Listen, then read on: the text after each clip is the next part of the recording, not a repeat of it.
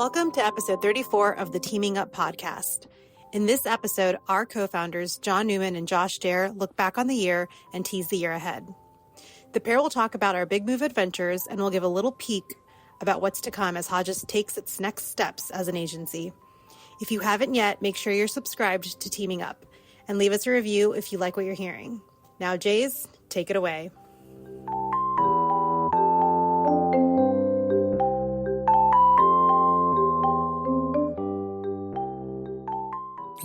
We are sitting here in almost mid-part of November, and this is a pivot point for the agency. We're about to make a big move. We are about to make a big move. It's been like more than a year in the making, I think. It's been 22 years in the making when you think about it, because I'm thinking back about when you and I first joined forces in 2002, and we were looking for our first space.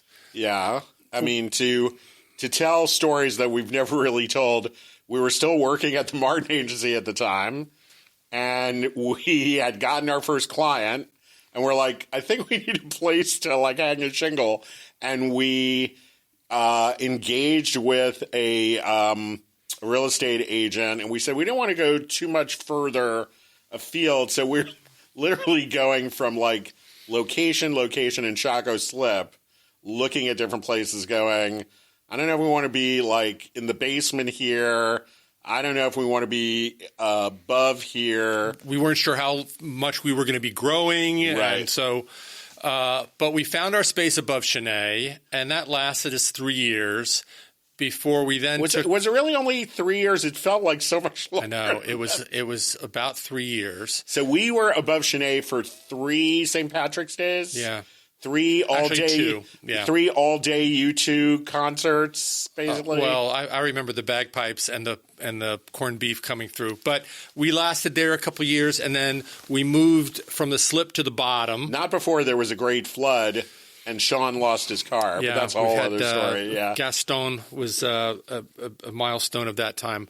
But we did find a space, thanks to the generosity of Ted Cox. We were less strategic, though, back then. We were thinking about, what kind of space do we need for 5 people? That may grow into 10 people. And then soon it grew into 10 people, and the downstairs of that building in the bottom wasn't big enough. Correct. And we then figured out that the only way to get from downstairs to upstairs, because there was an outdoor deck, double-decker deck, that was the only way to get from downstairs to upstairs, was to put an addition on the back, and we built the world's most expensive staircase, right? And a nice office for you. Yeah, and a nice office for me. Also, that meant that you and 2 or 3 other people had to be displaced for a year. It wasn't quite that long. I remember the builder said that we'll have you into the new space by Thanksgiving. And I remember thinking we should have asked them what year, because that was perennially delayed. We had a nice opening day ceremony in May of 2011, and we've been happy there for the last 13 years. So why move now? Well, the main reason is they didn't put the ballpark across the street from us. Yeah. That's the main reason. No. We had there was a period of time for those new to Richmond where there was years and years of debate over whether the new ballpark, which is ending up not that far from the old ballpark, would be in Chaco Bottom. And if it had been, right field would have been literally across the street from us, and we would have had like a Wrigley Field situation on our roof. Yeah. That unfortunately didn't happen. I think it's fair to say, though, that we had been hopeful in 2005, 2011, 2020. I mean, that Chaco Bottom, not to cast still on it, but we thought that it was the place for the future. I mean, I think it's fair to say that we've been disappointed. Yes. And it wasn't our intention to move now to the place where that future actually happened, but that's what has happened. So instead of the ballpark moving to us, we're moving to the ballpark. Yeah, which is obviously not a huge part of the decision-making. But what about the process that we've undertaken now for finding our new space? Because it's fair to say we're really excited about it. So we signed a new lease in our old space 5 years ago with the intention of staying there for a while. And a couple of things happened. So COVID happened, and as we were realizing that the bottom wasn't the place for our future, we started having conversations with our landlord, and it was very clear that he wanted to, and his intention is to convert not only our building, but the building next to it, and then build a new building and make that all residential. Also, I think our folks really decided that they didn't really want to stay in the bottom anymore, so it was fortuitous that all of that converged to where we realized a little bit more than a year ago that we needed to look for a new space. So we started that process knowing we had to be out by the end of 2024. At the beginning of the year, we started that process. We hired clients of ours at One South Realty, and we started in January looking for a new space. We gave them some loose parameters on square footage, on geography, and we told them we did not want to fall in love with the first place that we saw. What happened? What did we do? We fell in love with the first place we saw. We ended up looking at 4 or 5, half dozen places. All of them were good. Most of them required a full build out. This space, for those familiar with it, which is right next to Brandito in the Handcraft building, has been the home, ironically, of 2 or 3 former clients of ours. And it came almost ready to move into. And there's a lot of, that was one of the pluses. Also, thank you, Carlots. Yeah, thank you, Carlots.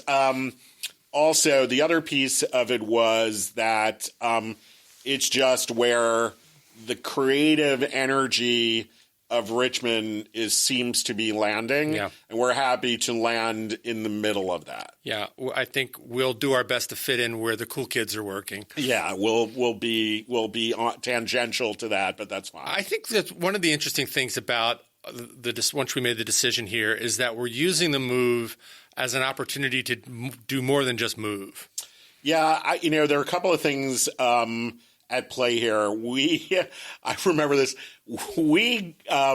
How much money do we spend on our first and really only logo 22 years ago? Like something like $100. Yeah, and I remember getting the actual file handed to us like we were in a car. The person that designed it handed the file on a floppy disk or something to us through the car window, and that's pretty much, with some changes and a little bit of alterations, been our brand since day one. And it's endured. I feel like there's been a comfort level, but, there's been some color changes along the way, some softening. So we, knowing that we were moving to new space, knowing that we wanted to be very intentional about the look and feel, we hired the folks at Campfire and Company, and they have been great during that process, not only taking us through a journey of the look and feel of the space, but we also said, let's collaborate, because we have some great creative folks internally, but we wanted to have some outside influence on our brand and have our actual brand, have our language, and have our new look and feel in the space all sort of converge at the same time. So we've been doing parallel paths on the look and feel of the space, the brand look and feel, as well as the brand language. And all of that is now coming together literally today. Yeah. It's really exciting to, we've been in business for 22 years, and it's exciting to kind of see this kind of energy around the new branding, the new space. It's all kind of coming together. Talk about the space for a little bit. It's got some attributes here that we don't have in our current space. Like a brewery next door? Well, that's one. One of the things I was thinking about was we're all on the same floor. Yeah, there's been a lot of upstairs, downstairs over the years. There is also, for those of folks that haven't been to our space, there's not a lot of open collaborative space. There's really, when it comes down to it, not a lot of collaborative space at all. So one of the things we wanted to make sure of was, were there enough meeting rooms, teaming rooms, conference rooms, so that it would accommodate not only large, meetings, but smaller group meetings. The other thing is there's a lot of open space, and we, with the help of Campfire, are adding to the furniture that's already been conveyed to us, which is a whole nother story, to create sort of neighborhoods within the open space so that people don't have to be tied to their desks. so that there's a lot more of collaborative look and feel. And then also there's an outdoor element here, which I also think when it's nice that we can take advantage of, because there's an outdoor area that we share with our next door neighbors with picnic tables.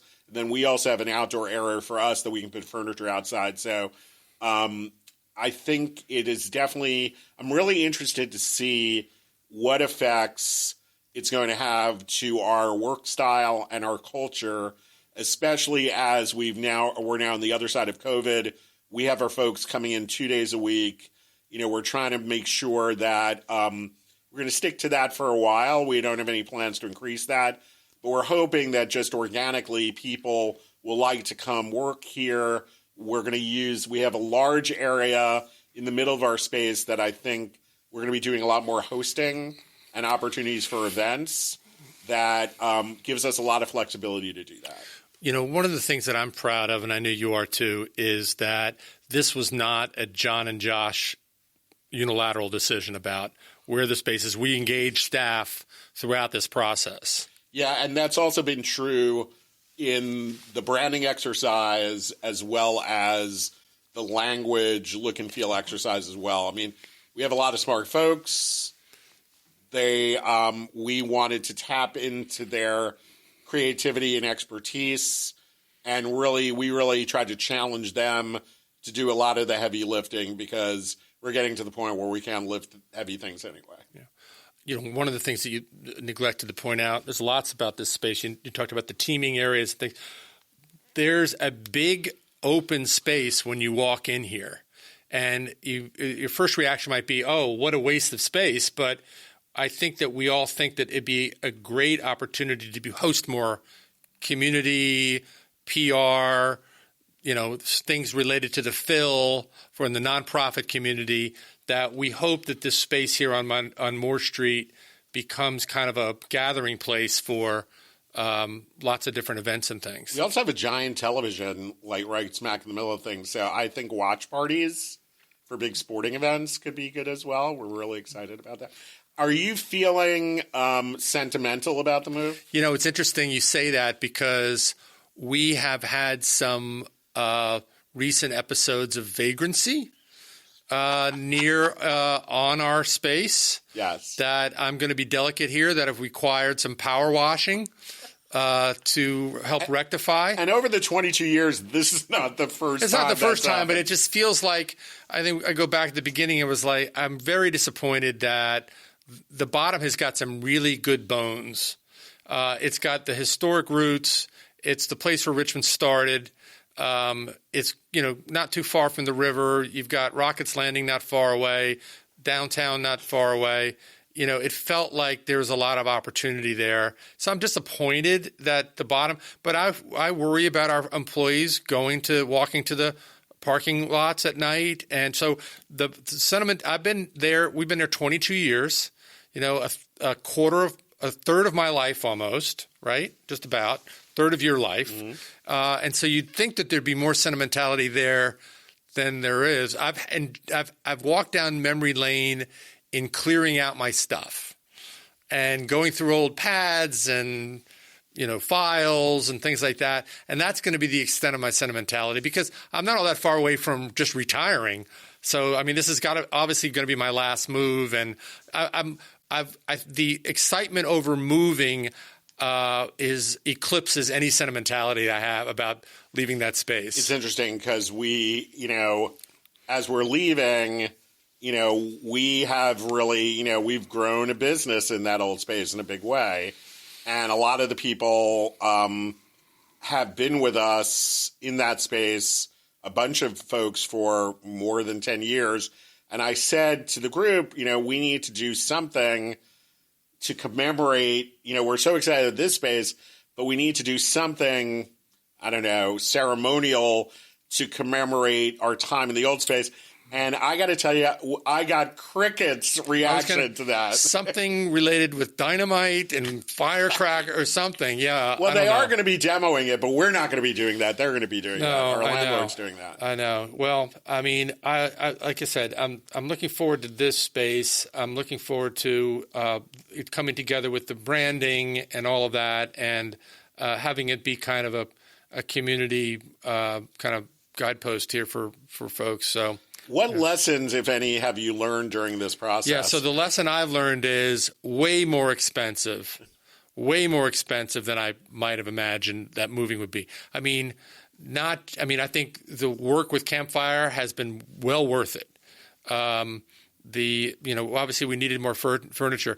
I'm a little bit worried about the fact that the last 2 or 3 companies that have been in this space have gone out of business. Yeah, we are actually Paulino Campo, who is our, among other things, handles operations for us, is going to bring in a sage ceremony to get that, as she said, any negative juju out of the space. I would love that. But the other thing that I want to talk about is we have it's been a really good experience getting to know our new landlord, Jay Nichols.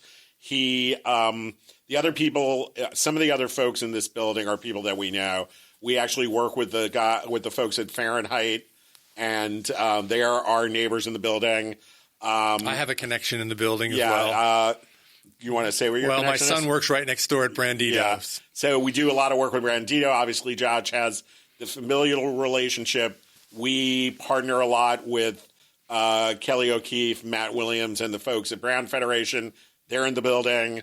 I have been a longtime member of Virginia Council of CEOs. Scott McRoberts and his folks are in the building. So we're looking forward to sort of like drop in, drop by types of meetings, and also being very intentional about getting together with those folks. I think that's going to be really exciting. Stella's Grocery, Vossen. Yeah, I mean, when we moved in at the bottom, we frequented a lot of the local restaurants a lot more than we do now. There were a lot more choices. What was the name of the soup place we went to? Can't remember. Zupa was like right down the block. The Mexican place we used to go to a lot before they sort of pissed us off.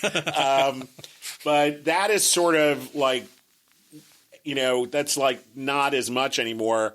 Very excited about the fact that Taza is right here. Wooden Ironers up the block. ZZQ is down the block.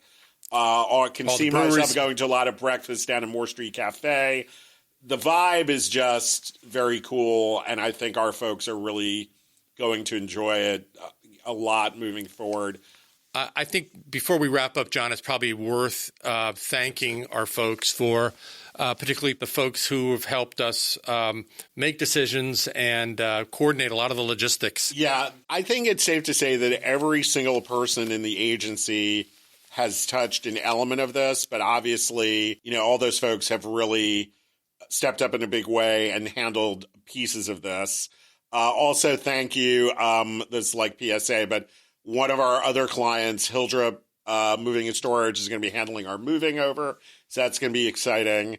I think sort of the end of one era and the beginning of another. And we thank you for all your negotiating, for getting us in this space when I thought that there was no way we were going to be able to make it. No, like I said, Jay has been great. We're really looking forward to being a good tenant, and really excited again about this opportunity. And I don't know when this is going to drop, but probably our first official day in the new space is December 11th. Yep.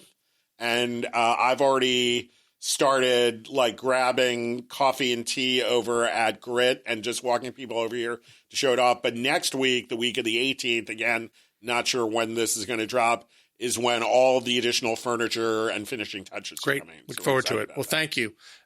We look forward to seeing you over here in Moore Street, and we hope people come by and make a visit as well. Just even without an appointment, just drop in and see us. And it's interesting because like some people say we're on West Moore Street, some people say we're on Moore Street.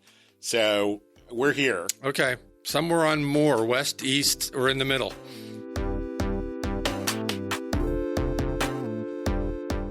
Hey everyone, it's Lindsay. Thank you so much for listening to another season of Teaming Up. 2024 has been a great year for the podcast, and 2025 is already looking to be just as good. As we're planning the next season of Teaming Up, and you'd like to be considered for an upcoming episode, or you have a topic you'd like us to explore, go ahead and email us. It's content@hodgespart.com. From everyone at Hodges, I want to wish you a safe, restful, and restorative holiday season. We'll see you in the new year.